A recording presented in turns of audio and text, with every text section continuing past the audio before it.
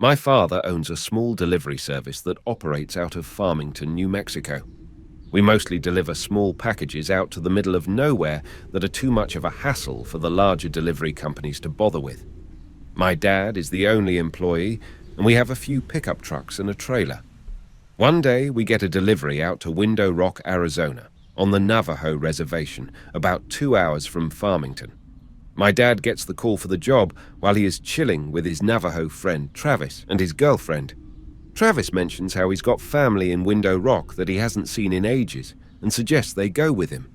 I was about 6 or 7 at the time, and it was the summertime, so Dad decided we'll go down together. He can do his delivery really quick while Travis sees his family. We'll then go check out the Window Rock, which is a big rock face with a large hole in it that goes to the other side. Pretty cool.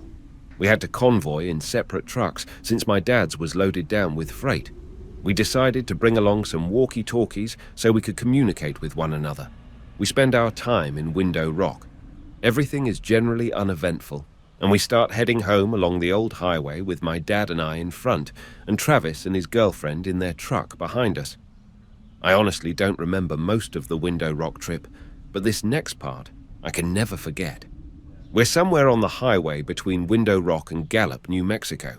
It had just rained earlier in the day, and the road was kind of slick, so we were taking it pretty slow.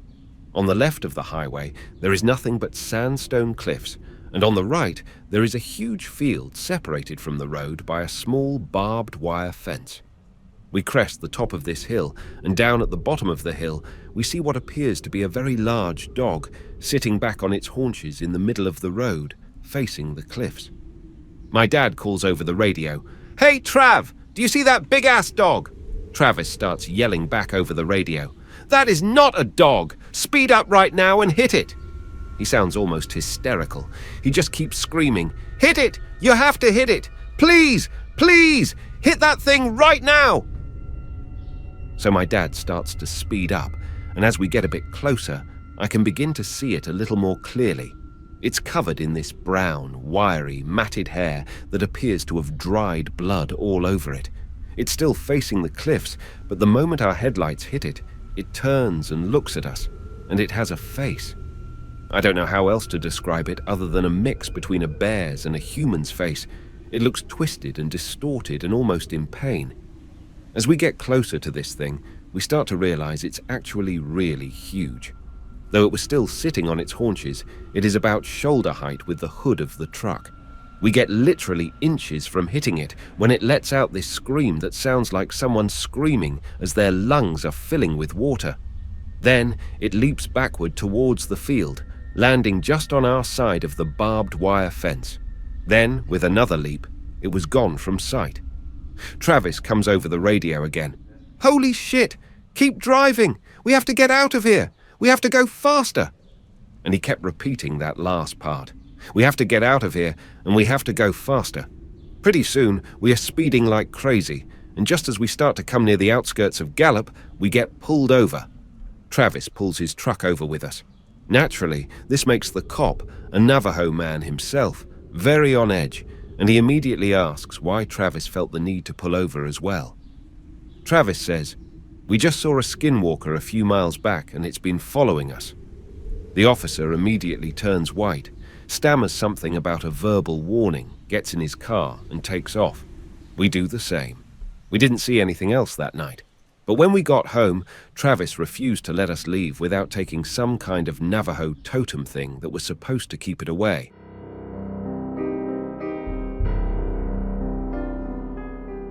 My husband and I occasionally take our Jeep out into the sandwash and mesa trails. We decided to pack some water and make a day of it.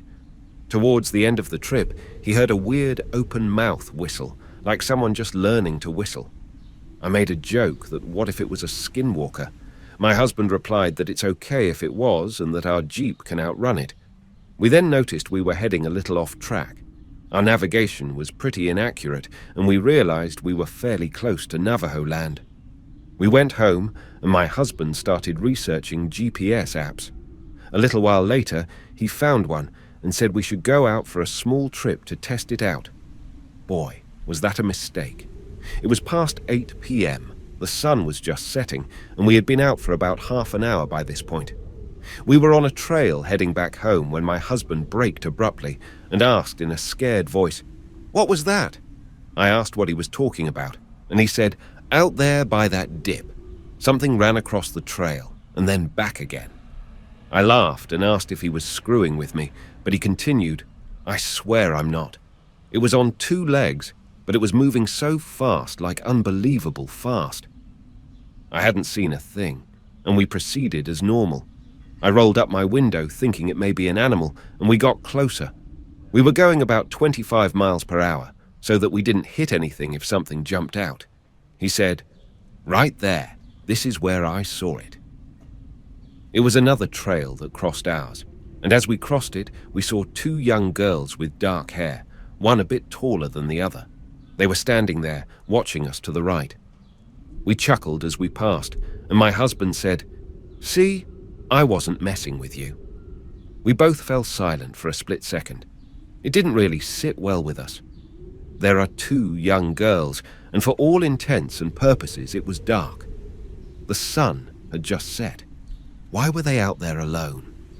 My husband looked through the driver's side mirror after we passed and yelled, "Oh my God, they're gaining on us! They're gaining on us!" I couldn't understand what I had just heard or why he would have said that. I looked through the passenger side mirror and I saw nothing. I looked at him with a surprised look on my face, and when I saw how serious he was and how he just kept repeating, "They're gaining on us," I twisted my body to look through the back window.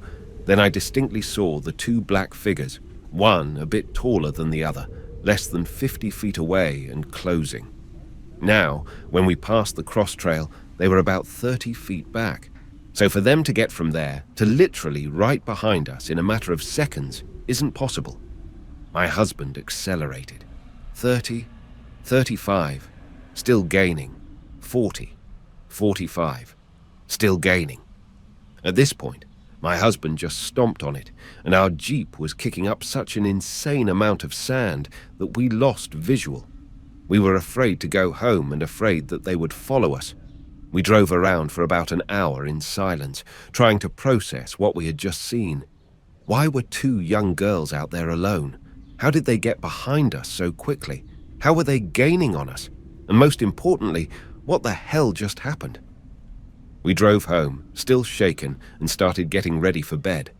Now, our bedtime ritual for falling asleep is putting something on the TV and just dozing off.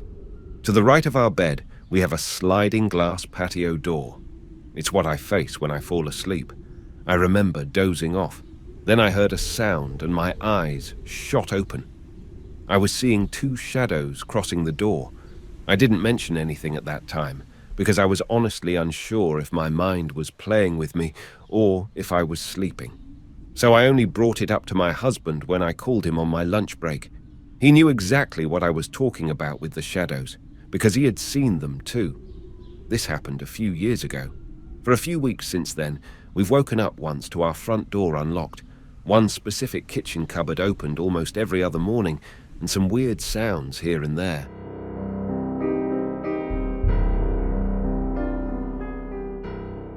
My mother was raised on the Navajo reservation by her grandfather, who was a Navajo medicine man. She would always tell me stories about her childhood. However, the most fascinating to me were her stories of skinwalkers, which she was always very hesitant to talk about, let alone write about. Finally, after much convincing, she agreed to send me one of them through email. This is that story. Years ago, when I was about 12 years old or so, I spent many winters with my grandparents. They had an amazing sheep camp in a canyon, where they set up had a tiny cabin and let the sheep grazed protected from the cold winter elements. I grew up with stories of skinwalkers and witchcraft all my life, but never really thought it was real. I viewed it as like a cartoon. They were still scary stories though. Living in the canyon for the winter was very isolated, but my grandparents were amazing and loving. At night, every now and then, dogs would start barking. My grandpa would go outside to see if the animals were okay, otherwise it was so peaceful there in the canyon. One night, dogs started barking and would not stop. They were barking outside for 5 minutes at least. So Grandpa went out with his huge flashlight and tried to see what was going on.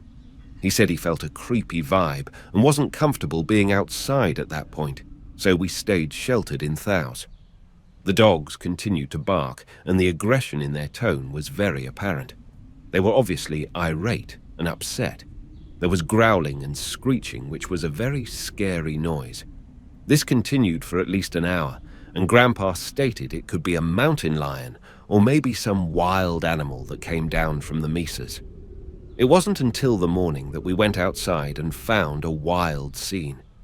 When my grandparents set up camp in the canyon, their heat source was a wood stove, so they had a pile of firewood about 500 feet from home. Next to the firewoods that morning was a battle scene. There were traces of blood. There was fur, scathing, scratch marks, etc. Our dogs looked worn out, and the littlest of our dog was huddled in on the side of the house. The first thing my grandpa did was to check on the sheep.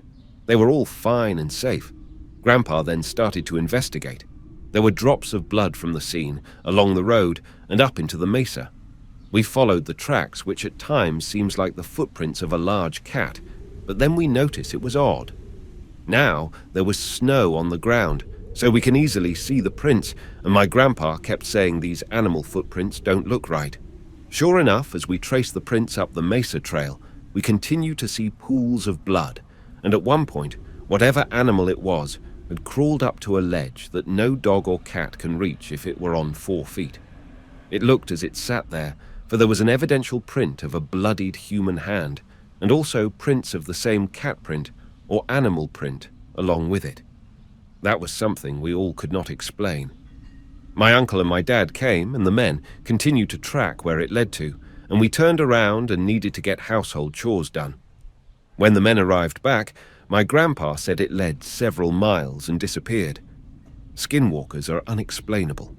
I did continue to have doubts, of course, but I saw with my own eyes that no animal could climb that steep a rock and sit there with bloodied hands, human no less.